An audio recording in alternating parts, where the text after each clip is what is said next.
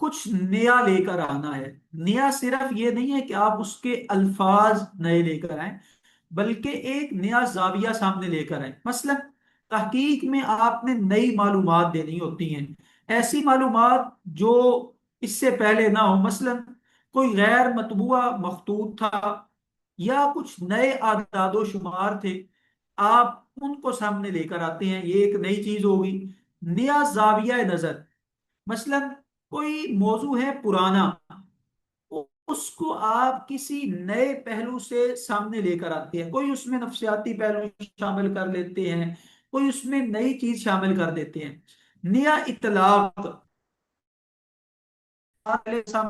جیسے ابھی ہم نے وہ شروع میں ایک ٹاپک دیکھا تھا نا کہ سوشل میڈیا کی اثرات، اب یہ ایک ٹاپک ایسا تھا کہ اس پر بے شمار کام ہوا ہے، لوگوں نے بہت سارا لکھا ہے سوشل میڈیا کے استعمال کے کیا کیا نقصان ہیں، عموماً اس میں مطالعے کی کمی وہ بھی زیر بحث آئی ہوگی۔ لیکن نیا اطلاق کیا کیا کہ ہم نے دیکھا کہ لاہور کے جو جامعات ہیں ان کے طلبہ پر ان کا کیا اثر ہوا، تو یہ اب ایک نیا اطلاقی پہلو اس میں آ گیا۔ تحقیق کی تکمیل، ایک نیا کام یہ بھی ہوتا ہے کہ ایک مصنف وہ تحقیق کر رہا ہوتا ہے لیکن کسی عارضے کی وجہ سے وہ اس کو مکمل نہیں کر پاتا، تو آپ دیکھتے ہیں کہ اس کی تحقیق کے نامکمل پہلوؤں کو مکمل کر دینا۔ کسی نے کتاب تو بہت اچھی لکھ دی لیکن اس میں تحقیق و تخریج کا کام نہیں تھا، آپ اس پر تحقیق و تخریج کر دیتے ہیں۔ یا آج کل ہمارے خیبر پختونخوا میں شاید ہمارے ساتھ کوئی لوگ شامل ہو، تو خیبر پختونخوا کی یونیورسٹیوں میں ایک تحقیقی انداز یہ بھی چل رہا ہے کہ وہاں کے بہت سارے علماء ہیں، بڑے بڑے مشائخ ہیں وہاں پہ موجود ہیں، وہ درس قرآن دیتے ہیں۔ ان کے دروس قرآن صرف زبانی ہیں، چونکہ وہاں پہ وہ تصنیف و تالیف کی طرف نہیں اتنا زیادہ جاتے، ان کے زبانی دروس ہیں۔ آپ ان کے زبانی دروس کو جمع کر کے ان کی ترتیب دے کر اس سے تحریری صورت میں سامنے لا سکتے ہیں، یہ بھی ایک نئی تحقیق ہوگی۔ ظاہری بات ہے اس میں جو انہوں نے حدیث پیش کی ہیں، جو انہوں نے اقوال پیش کی ہیں، محنت طلب کام ہوتا ہے، اس کے حوالہ جات آپ کو تلاش کرنے ہوں گے، لیکن یہ بھی تحقیق کے اندر ایک نیا پہلو ہوگا کہ آپ کے سامنے ان کے دروس تھے اور آپ نے ان دروس کی جو صوتی صورت تھی، آڈیو صورت تھی، اس کو آپ تحریری صورت میں لے کر آ گئے ہیں۔ پانچویں صورت ہوتی ہے کچھ نیا کرنے کا تقابلی مطالعہ۔ دو شخصیات ہیں یا دو مکاتب فکر ہیں، دو نظام ہیں، ان کا آپس میں موازنہ کر دینا۔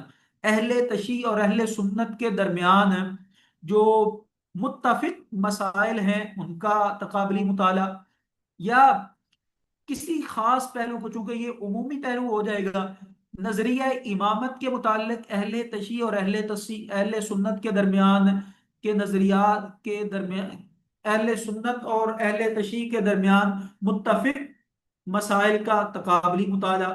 تو اس طرح، یا اسی طرح دو شخصیات ہیں، اب دو لوگ ہیں انہوں نے ایک ہی نوعیت کا کام کیا ہے، کسی حوالے سے آپ دیکھ لیں، ان کا تقابلی مطالعہ بھی ہو سکتا ہے۔ لیکن تقابلی مطالعہ کرتے وقت آپ یہ یاد رکھا کریں کہ تقابلی مطالعہ جب کرنا ہے تو پھر کم از کم اگر دو شخصیات کو لے رہے ہیں نا، تو ان شخصیات کا آپس میں ہم اثر ہونا ضروری ہے، کیونکہ ہر دور کے مسائل الگ الگ ہوتے ہیں۔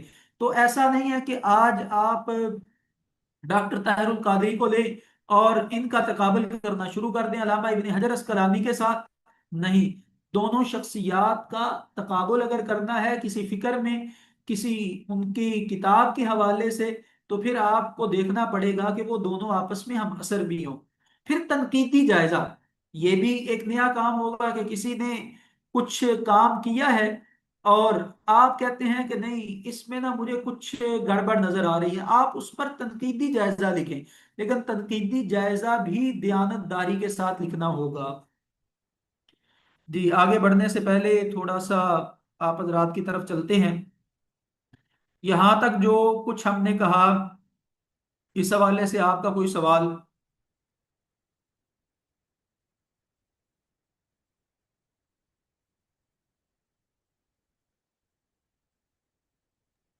استاد جی واضح ہے ماشاء اللہ سب۔ زبردست۔ آپ کے علاوہ ابھی تک جو ہم نے کہا ہے اس میں موضوع منتخب کرنے کے حوالے سے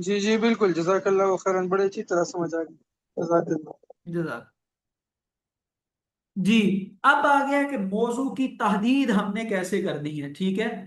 موضوع کی تحدید کے اندر سب سے پہلے تو آپ مرکزی موضوع ہوگا کہ آپ بنیادی طور پہ کیا کام کرنا چاہتے ہیں، پھر مرکزی موضوع میں سے ایک خاص پہلو نکال ہوگا، جب نکال لیا اس کے بعد آپ کا طبقہ کون سا ہے، آپ کس قسم کی ریسرچ کرنا چاہتے ہیں،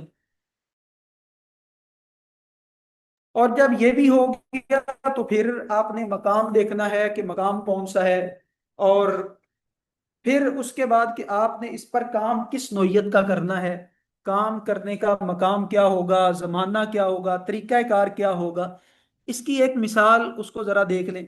مثلا یہ ایک عنوان ہے ہمارے سامنے کہ پاکستانی جامعات کے طلبہ میں کتاب خوانی کے رجحانات، لاہور کے 3 سرکاری جامعات کا سروے۔ اس میں جو سب سے بنیادی موضوع ہے آپ کی ریسرچ کا وہ کیا ہے؟ کیا بنیادی موضوع بنے گا اس ریسرچ میں؟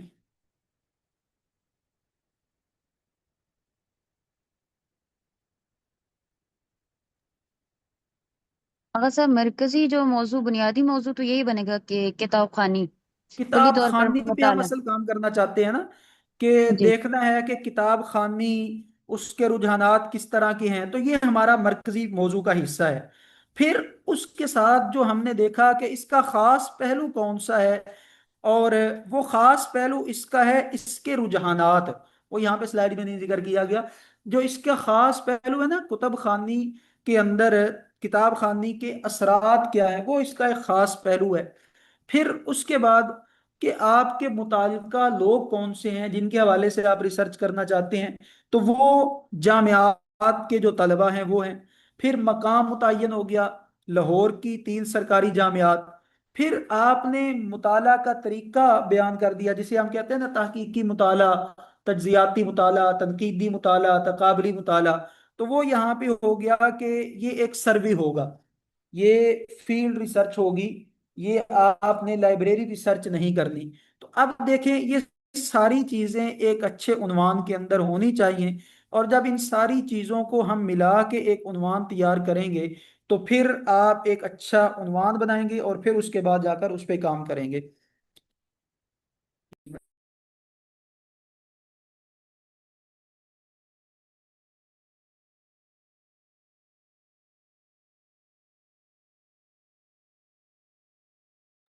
جب آپ کوئی اچھا عنوان بناتے ہیں تو اس میں 6 خصوصیات کا ہونا بہت ضروری ہے۔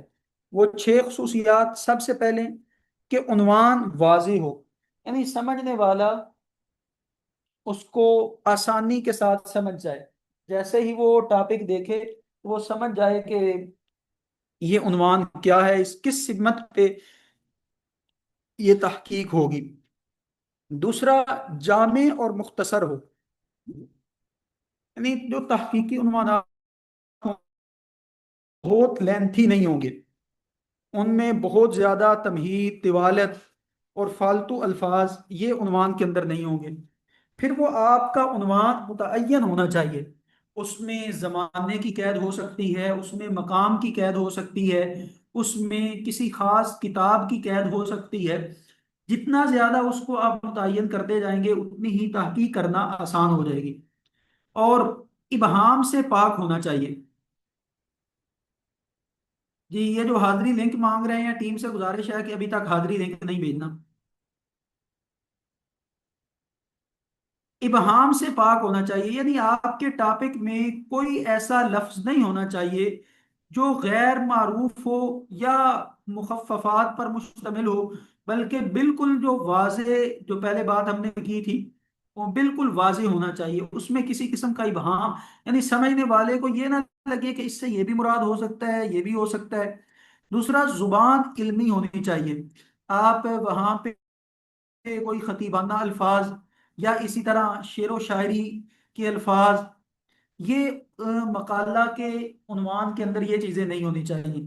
وہ آپ کے عنوان کی نوعیت کو ظاہر کر دے، کہ یہ میرا عنوان جو ہے یہ کس نوعیت کا ہوگا، تجزیاتی ہوگا، تقابلی ہوگا، تنقیدی ہوگا۔ یہ جو اس طرح کے الفاظ ہوتے ہیں یہ آپ کے منہج کو واضح کر دیتے ہیں کہ آپ کا منہج تحقیق اس میں کیا ہوگا۔ تو ایک اچھا عنوان، اس میں 6 بنیادی صفات کا ہونا بہت ضروری ہے۔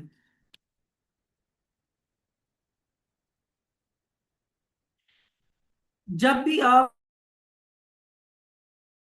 تو جو یونیورسٹیوں کے اندر جس چیز کو پسند کیا جاتا ہے اس عنوان کو پسند کیا جاتا ہے جس کے 2 حصے ہوں، یعنی وہ عنوان آپ کا 2 لائنوں کے اندر ہونا چاہیے۔ پہلا عنوان کا مرکزی حصہ ہوگا اور دوسری لائن کے اندر اسی کی مزید وضاحت اور اس کو آپ کچھ متعین کر دیں گے۔ جیسے یہ ہمارے سامنے ایک ٹاپک ہے، کلام اقبال میں تصور خودی۔ اب اصل موضوع اور اصل جو عنوان ہے، بنیادی موضوع وہ یہی ہے، پھر اس کی مزید وضاحت بال جبریل کا موضوعاتی مطالعہ، یہ دوسرا حصہ ہے، یہ دوسری لائن ہے۔ اس دوسرے حصے نے اس پہلے عنوان کو مزید کہ کلام اقبال تو بہت وسیع ہے، اس میں سے کس کو لیا جائے گا۔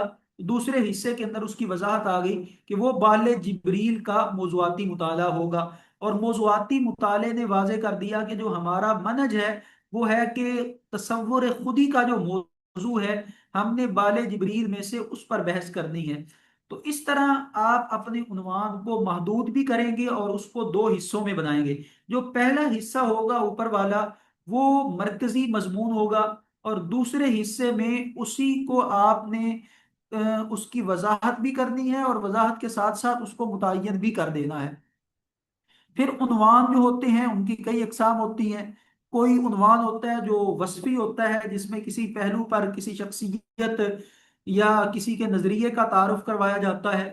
تجزیاتی ہوتا ہے کہ کسی چیز کے اجزاء اور اس کے اسباب کا جائزہ لیا جاتا ہے، مثلا مدارس کے نصاب کی تبدیلیوں کا تجزیاتی مطالعہ، آج تک مدارس کے نصاب میں جو جو تبدیلیاں ہوتی رہی ہیں ان کا تجزیہ کرنا ہے۔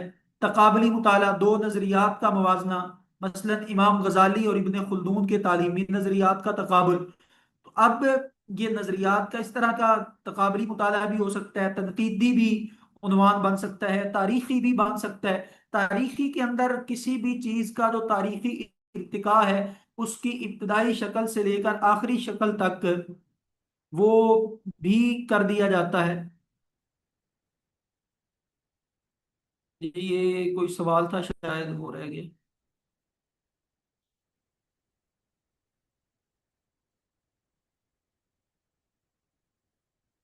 بس 1 2 سلائیڈ رہ گئی ہیں پھر ہمارا یہ۔ اچھا جی، اب ہم نے کہا تھا کہ کچھ عنوان ہوتے ہیں جو انتہائی کمزور ہوتے ہیں اور کچھ بہتر ہوتے ہیں۔ تو کمزور عنوان وہ ہوتا ہے جس کی کوئی حد بندی نہ ہو، جس کے اندر کسی قسم کی تعیین نہ کی گئی ہو، مثلا اسلام اور تعلیم۔ اب کوئی بندہ کہتا ہے میں اسلام اور تعلیم پر ریسرچ کرنا چاہتا ہوں، اب یہ ایک انتہائی کمزور وسیع موضوع ہے۔ اب اس کی بہتر صورت کیا بنے گی؟ قرآن مجید کی روشنی میں استاذ کی اخلاقی ذمہ داریاں، ایک موضوعاتی مطالعہ۔ اب دیکھیں چیزیں وہی ہیں، اسلام بھی آ گیا اور تعلیم بھی آ گیا، لیکن تعلیم کے اندر ہم نے استاذ کی ذمہ داریوں کو زیر بحث لے کر آئے ہیں۔ اور سوشل میڈیا کے اثرات، یہ بھی ایک اوپن ٹاپک ہے بالکل، یہ کمزور ہے، اس کو بہتر بنانے کے لیے جامعاتی طلبہ کی مطالعہ عادت پر سوشل میڈیا کے اثرات، یہ چیز آ جائے گی۔ اقبال کی شاعری، دینی مدارس، یعنی اس طرح کے جتنے بھی عنوان ہوں گے وہ کمزور عنوان تصور کیے جائیں گے۔ ان کو بہتر بنانے کے لیے آپ کو اس کی تعیین کرنی ہوگی، اس کو محدود کرنا ہوگا۔ جب یہ کام کر لیں گے تو اس کے بعد آپ کا موضوع، اس کا موضوع جو ہے نا وہ پھر آپ بہتر طریقے سے تیار کر پائیں گے۔ انتخاب موضوع کا مرحلہ وار عملی طریقہ، یعنی آپ نے موضوع کا انتخاب کرنا ہے تو مرحلہ وار کس کس طرح آپ نے آگے بڑھنا ہے۔ سب سے پہلے تو آپ نے اپنا عمومی میدان اس کو دیکھنا ہے کہ میں جس پر کام کر رہا ہوں عمومی میدان میرا کیا ہوگا۔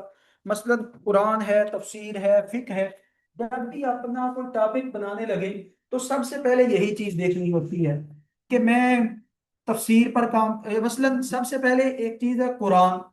اب قرآن بہت عمومی ہے، پھر آپ نے اس عمومی میدان کے اندر پھر آپ نے قرآنیات میں تو بہت ساری مباحث ہیں، قرات بھی ہے، اس میں تفسیر بھی ہے، اس کے اندر فقہی مسائل بھی ہیں، علم الاحکام بھی ہے. تو میں نے کس میدان کے اندر جانا ہے؟ میں نے تفسیر کے اندر جانا ہے. اب تفسیر کے اندر جاتے ہیں تو یہ بھی ایک عمومی میدان ہے. اس کی مزید ہم نے تعیین کرنی ہے کہ ہم نے تفسیر میں جو فقہی تفاسیر ہیں اس حوالے سے کام کرنا ہے. تو اپنا عمومی میدان، پھر عمومی میدان کے بعد اس کی مزید تعیین. دوسرا ہے مرحلہ وار تحقیقی خلا کی تلاش. جب آپ نے اپنی فیلڈ کا انتخاب کر لیا ہے، میدان آپ نے منتخب کر لیا ہے، تو پھر اس میں تحقیقی خلا پیش کریں. وہ کیسے کریں گے؟ اس کے لیے کتب پڑھیں، مقالات کا مطالعہ کریں، تو آپ کو سمجھ آ جائے گی. یہ چیز پہلے میں ذکر کر چکا ہوں. بنیادی سوال کی تشکیل طے کریں کہ آپ کس مسئلے کا جواب تلاش کرنا چاہتے ہیں. یعنی یہ بہت ضروری ہے کہ آپ بنیادی طور پہ آپ کو معلوم ہونا چاہیے کہ آپ جو ریسرچ کر رہے ہیں وہ کس سوال کے جواب میں کر رہے ہیں، آپ کس سوال کا جواب دینا چاہتے ہیں. جو بھی ہوتی ہے نا، وہ در حقیقت کسی سوال کا جواب ہوتی ہے. آپ کوئی بھی کام کرنا چاہتے ہیں تو وہ ایک سوال ذہن میں آتا ہے، وہ سوال سوچنا یہ انتہائی اہم کام ہوتا ہے. جب سوال آپ کے دماغ میں آ گیا نا، آپ کہتے ہیں کہ اس وقت نوجوانوں میں نشے کے اثرات، نشے کا رجحان بڑھتا جا رہا ہے. اب یہ بنیادی سوال ہے. اب آپ کہتے ہیں اس کے لیے کیا کرنا چاہیے، اس کے اسباب کون کون سی ہو سکتی ہیں، مجھے اس پر مطالعہ کرنا چاہیے. تو یہ سوال آپ کے دماغ میں آ گیا. اب اسی سوال کو عملی جامہ پہنا کر آپ اپنے ٹاپک کا، اپنے عنوان کا انتخاب کر لیں گے. پھر جب آپ نے بنیادی سوال بھی طے کر لیا، اب اس کے بعد اپنے موضوع کرنی ہوگی. یعنی جیسے میں نے کہا نا کہ نوجوانوں میں نشے کے بڑھتے، اب یہ تو اوپن تھا نا، اب آپ نے اس کی تحدید کر لینی ہے. وہ زمانے کے اعتبار سے کر لیں، طبقے کے اعتبار سے کر لیں، اس کے خاص پہلوؤں کے لحاظ سے کر لیں. جب یہ کام ہو جائے گا تو آپ اپنے موضوع کی تحدید بھی کر لیں گے. آپ کا موضوع ایک محدود حد کے اندر آ جائے گا. پھر عنوانات کی تشکیل اور مشاورت ہے. پھر بھی یہ نہیں ہے کہ ابھی آپ کا ٹاپک فائنل ہو گیا، بلکہ آپ نے جو بھی موضوع ایک مرتبہ بنا لیا ہے، پھر اس موضوع کے آپ نے کم از کم 3 عنوان ضرور لکھنے ہیں، اس کے مختلف الفاظ بنا کے. یعنی جیسے کہا نا کہ نوجوانوں میں نشے کے بڑھتے ہوئے رجحانات. اب اس حوالے سے نوجوانوں میں نشے کے رجحانات، اس حوالے سے آپ نے 3 الگ الگ ٹاپک بنا لینے ہیں. پھر وہ جو الگ الگ ٹاپک ہوں گے آپ کے، وہ آپ نے اپنی جو نگران تحقیق ہے یا دیگر آپ کے اساتذہ ہیں ان سے مشاورت کریں گے کہ کس پہلو پر میں کام کروں، کون سا ٹاپک میرے لیے زیادہ بہتر ہے. پھر آپ نے اس کو حتمی شکل دینی ہے. چلیں جی، یہ 5 مرحلے ہمارے انتخاب موضوع کے حوالے سے یہ مکمل ہو گئے. موضوع کے انتخاب میں یہ بات یاد رکھیں، عملی دیانت یہ سب سے حرف آخر ہوتی ہے. یعنی ایسا تو نہیں کہ کہیں ایک تحقیق پہلے ہو چکی ہے، آپ کے پاس نہ کوئی ریسرچ، آپ کے پاس وہ مقالہ آ گیا ہے. اب آپ کیا کرتے ہیں؟ آپ اسی مقالے کو بنیاد بناتے ہیں، الفاظ تبدیل کر دیتے ہیں عنوان کے، اور آپ کہتے ہیں یہ تو میں نہیں تحقیق کر رہا ہوں. یہ بہت بڑی بدعادتی ہوتی ہے کہ آپ الفاظ میں تھوڑا سا لفظی ہیر پھیر کر کے کہیں کہ یہ میری تحقیق ہے. اس کو علمی زبان میں اردو کے اندر، عربی کے اندر اس کو علمی سرقہ کہا جاتا ہے، اور یونیورسٹی کی زبان میں اس کو پلیجرزم کہا جاتا ہے. اور یہ پلیجرزم ایک حد تک قبول ہوتا ہے آپ کے مقالے کے اندر، اگر اس سے زیادہ ہو تو پھر آپ کا مقالہ ریجیکٹ ہو جاتا ہے. تو اس لیے موضوع منتخب کرنے سے پہلے آپ نے یہ لازمی چیک کرنا ہے کہ کیا اس پر اس سے پہلے کام تو نہیں ہو چکا. اگر ہو چکا ہے تو اس کی کون سی ایسی جہت ہے، کون سا ایسا نیا اس کا پہلو ہے جس پر کام ہونا ہے. اگر اس کو بنیاد بنا کے آپ کام کریں گے تو انشاءاللہ آپ کی ریسرچ ایک بہترین ریسرچ مانی جائے گی. اب ہم آپ حضرات کے سوالات کی طرف آ جاتے ہیں. آپ کے کوئی سوال آج کی کلاس کے حوالے سے؟ آج میں اسائنمنٹ دوں گا، اور